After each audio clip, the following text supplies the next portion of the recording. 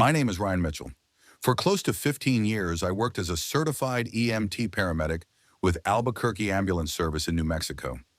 I carried a national registry certification, advanced cardiac life support credentials, and I trained new hires on airway management and trauma response. Emergency medicine wasn't just a job for me. It was my identity, the thing that gave my life structure and meaning. At least it was, until I turned in my resignation last month. I didn't quit because of burnout, though I'd seen plenty of colleagues flame out after too many double shifts. I didn't leave because of family or health issues or some administrative dispute. No, what drove me out was something far stranger, something I still hesitate to talk about. In my career, I thought I'd seen it all. Car wrecks on Interstate 40, gunshot wounds on Central Avenue, fentanyl overdoses in motel rooms, elderly patients coding in nursing homes. I'd cut babies out of wrecked sedans, shocked teenagers back from lifelessness, and held the hands of people taking their last breaths. If there was one thing you could say about me, it was that nothing surprised me anymore. But I was wrong. What I'm about to share is the one call that broke that confidence. The case that convinced me reality itself isn't as stable as we like to believe. Albuquerque Ambulance Service is the largest EMS provider in the state. Our main station sits off Edith Boulevard NE, a squat, square building with 7 bays, fluorescent lighting that never turns off, and a constant hum of radio chatter. My unit, Medic 41, was a 2019 Ford F-450 ambulance fitted with a Horton box. It carried everything from intravenous dopamine to King Airways, plus a LifePak 15 monitor, truck's defibrillator. My regular partner was Thomas Green. He'd been in the field about a decade, a steady guy with a dry wit who could run a code half asleep. He was one of those partners you barely had to speak to on scene. You'd just glance and know what the other was doing. It was Thursday, October 27th, 2022. A cool night, desert winds pushing dust across the streets. We'd been sipping coffee in the bay, swapping old stories, when dispatch broke the calm. Medic 41, respond priority 1. Unconscious female, unknown breathing status, 3127 Marble Avenue Northeast. Caller reports female in her 20s, not responsive. No further information. Timeout 214. Thomas flicked on the lights and siren, and I pulled up the call details on the tablet. No history, no medications, no allergies listed. Probably an overdose, I said, half to myself. We made it to Marble Avenue in 5 minutes flat. The house was a 1-story stucco with a faded teal porch light. A middle-aged woman stood on the step, waving frantically. "That's gotta be family," Thomas muttered as we jumped out. Inside, the living room smelled faintly of mildew and incense. A young woman, mid-20s, Hispanic, black hair, lay on the worn carpet in a gray hoodie and leggings. Her chest barely moved, breath shallow and erratic. I dropped beside her.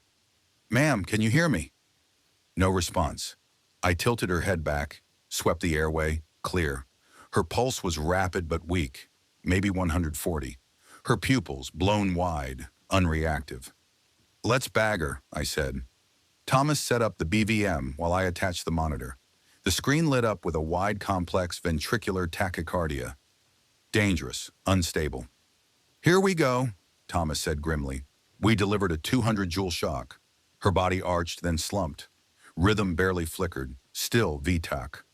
We cycled through the ACLS algorithm, amiodarone, epi, shocks. Nothing. It was like her heart was ignoring every intervention. And then, at 2:26, everything went sideways.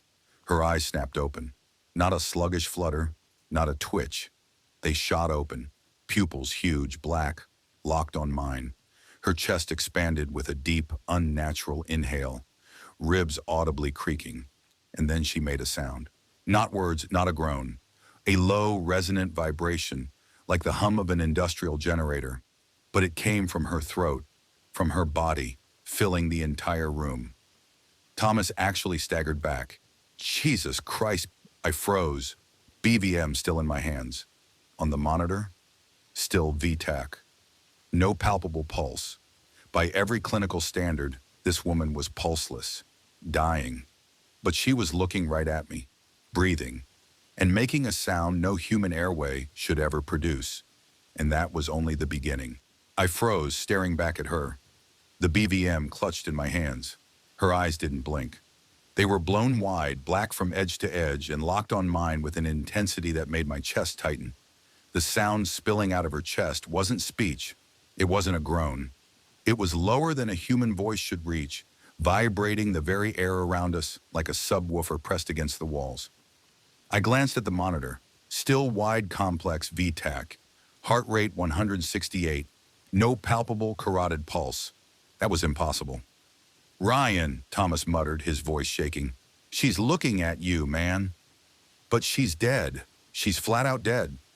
"Keep bagging," I snapped, though the truth was my hands weren't moving. The bag valve mask dangled useless in my grip. I forced myself back into motion, squeezing, watching her chest rise. But it didn't look right. The expansion was too slow, too controlled, like she was cooperating with the ventilation instead of receiving it. At 2:28, her right hand twitched. Just the fingers at first, then slowly the whole arm lifted from the carpet. Not jerky, not posturing, not seizure activity. Smooth, deliberate. I swallowed hard. "Ma'am, can you hear me?" "Squeeze my hand if you can hear me." Her eyes never left mine, but her hand didn't squeeze. Instead, she lifted her arm all the way, pointing a trembling finger toward the hallway behind me. "I swear to you." Her gaze shifted past me, not at me anymore, but through me, toward the dark hallway. Thomas's voice broke. "Ryan, this isn't right. Let's load and go." Now he was right. We were wasting time. If this was some bizarre seizure variant or post-cardiac neuro event, the only hope was rapid transport to UNM Hospital, 10 blocks away. We hauled her onto the gurney. Her body was limp, unresisting, except her eyes stayed locked open the whole time. That sound never stopped, a droning resonance that seemed to hum in my bones. We loaded her into the rig. I climbed into the back, Thomas driving. Sirens wailed as we tore down Marble Avenue. Inside, I tried again. Another round of episode. Another shock at 300 joules. The life pack barked out, "Shock delivered. Continue CPR." But here's the thing. The monitor never lost the VTAC. Not for a second. No post-shock asystole, no organized rhythm. Just continuous, unbroken, wide complex tachycardia that ignored every intervention. And still, she breathed. On her own now. The BVM was unnecessary. She lay there on the cot, chest rising and falling in deep, unnatural rhythms. Pupils fixed, gaze glassy. Then, 2:34 a.m., the sound stopped. The silence was worse. Her mouth closed. Her chest slowed. For a moment, I thought she was finally coding, that maybe this was the crash after the bizarre neurostorm. But then, in a clear, calm voice, she spoke. "Don't go back there." I froze, my scalp prickled with sweat. "What?" I whispered. Her lips moved again, exactly deliberately. "Don't go back there." The monitor kept screaming VTAC at 168. The printer spit out a strip confirming it. 023417, lead 2, monomorphic ventricular tachycardia, no discernible P waves, QRS widened to 0.20. No human in that rhythm could speak. No human in that rhythm could breathe unaided. I grabbed my radio. "Medic 41 to base. We've got an unstable VTAC with pulses. Patient speaking. Requesting physician patch." There was static, then dispatch. "Medic 41. Repeat." "Did you say speaking?" Before I could answer, the rig lurched hard. I almost lost my footing. From the driver's seat, Thomas shouted, "Ryan, look at this!" I stumbled forward, bracing myself on the cot. Through the windshield, I could see the street, except there shouldn't have been one. We were still on Marble Avenue, but every house we passed was wrong.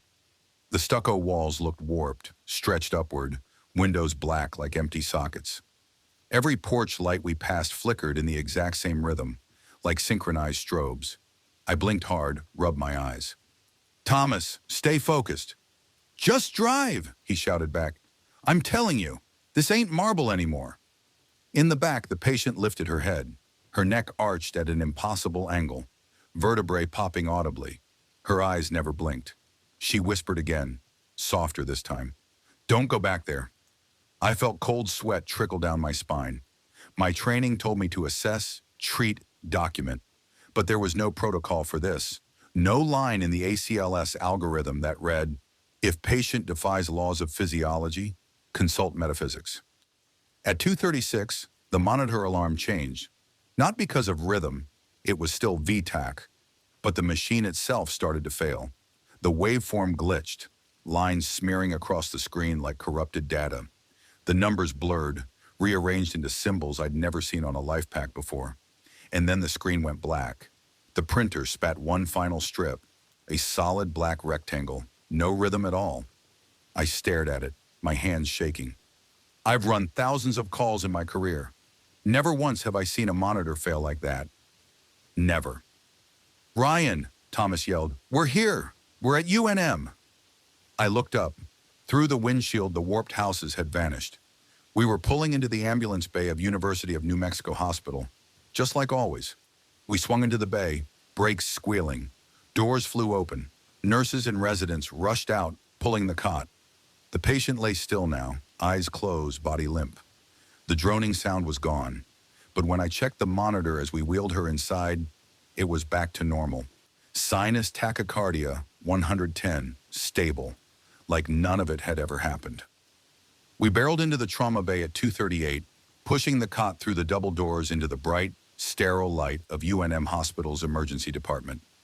The attending physician on duty that night was Dr. Emily Carter, a sharp ER doc with 10 years under her belt. 2 residents and 3 nurses flanked her as we rattled off our report. "Female, approximately 27 years old, found unresponsive at home," I said, my voice shaky but trying to sound clinical. "Initial rhythm, ventricular tachycardia, pulseless, multiple shocks, amiodarone, epi, no rhythm change." At 2:34, patient began spontaneous respirations and speaking despite persistent VTACH on monitor.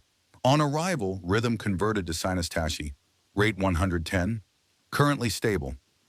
I knew how insane it sounded, but I forced myself to say it anyway. Dr. Carter frowned. "Wait, you're saying she was talking? While in VTACH?" "Yes, ma'am," Thomas added. "I saw it too. Eyes open, breathing, speaking. Monitor confirmed VTACH the whole time." One of the residents gave a skeptical laugh. "Maybe artifact on your monitor." I handed over the printed strips. "These aren't artifact." "Look," he studied them, eyebrows raising. "This doesn't make sense. The intervals are clean." Meanwhile, the patient lay motionless on the trauma bed. Her vitals on the hospital monitor were normalizing. Heart rate 104, BP 118/76, SPO 298% on non-rebreather. She looked like any other post-resuscitation patient.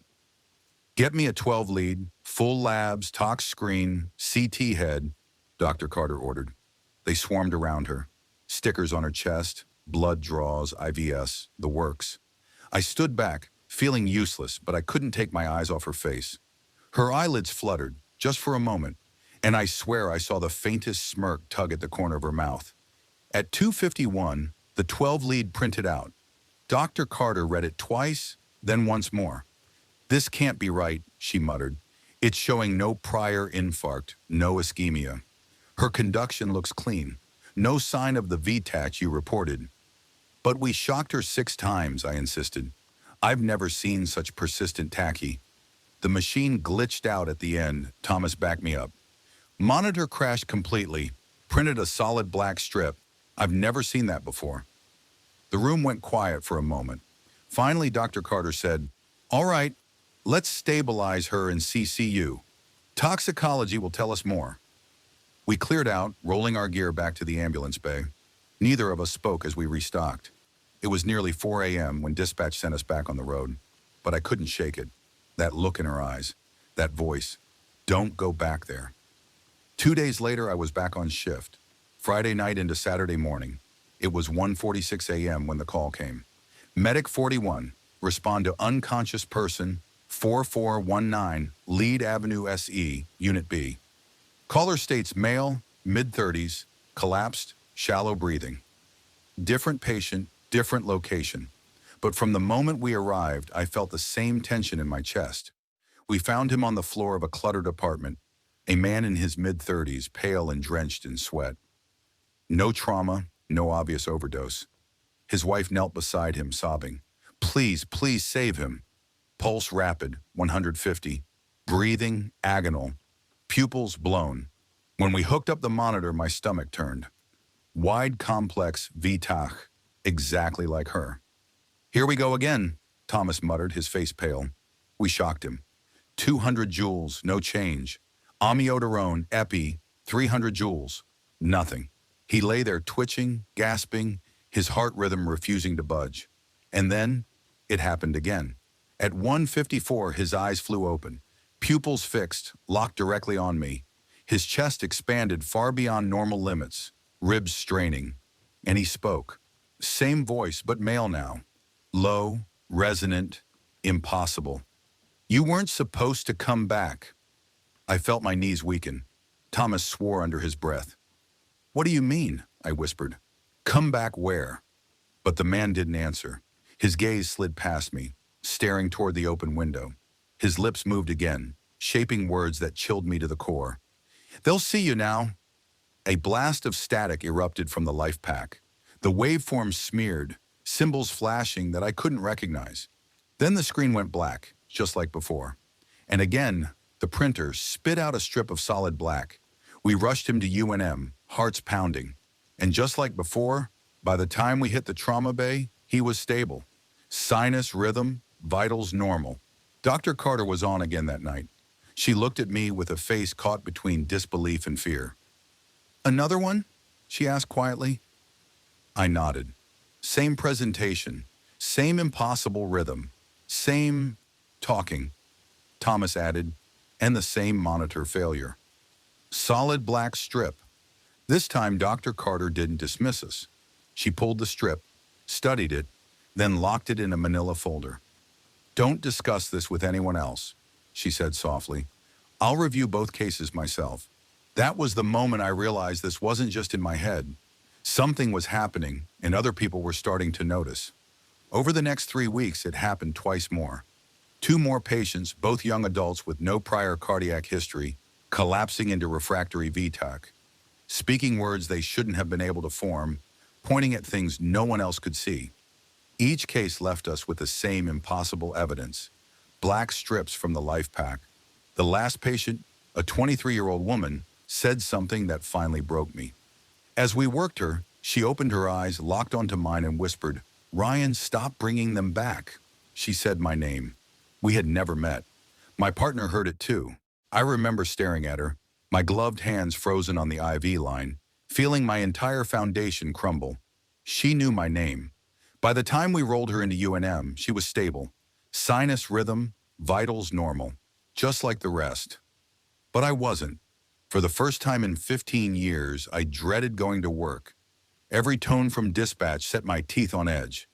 I started dreaming about the droning sound, waking up in sweat-soaked sheets.